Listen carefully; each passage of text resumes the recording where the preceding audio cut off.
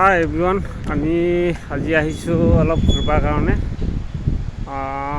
ক'ব পাৰি ভাৰতৰ বাহিৰত ভূটান বুলি এখন ৰাষ্ট্ৰ। বৰ ভাল লগা জেগা এখনত আহিছোঁ। জেগাখন ফল চিলিং বুলি কয়। এইখন হ'ল ব্ৰিজ, তাৰ তলতে এটা ব্ৰিজ আছে, হেংগিং ব্ৰিজ। এইখনত বৰ ধুনীয়া বতাহ, মনোমোহা দৃশ্য, তলেদি পানী বৈ গৈ আছে, শিল বালি, বৰ সুন্দৰ। লগত আহিছে লগৰীয়া। আমি ডিউটি কৰিব আহিছোঁ যদি অলপ ফুৰিবৰ কাৰণে আহিলোঁ। ইফালে PSP ছাৰ আহিছে, লগত পঢ়ুৱা ছাৰো আছে, আমাৰ এই শিকদাৰ দা। আহিছোঁ ঘূৰিবৰ কাৰণে অলপ। এনেও সুন্দৰ দৃশ্য চাব লাগে কেতিয়াবা মনৰ শান্তিৰ কাৰণে।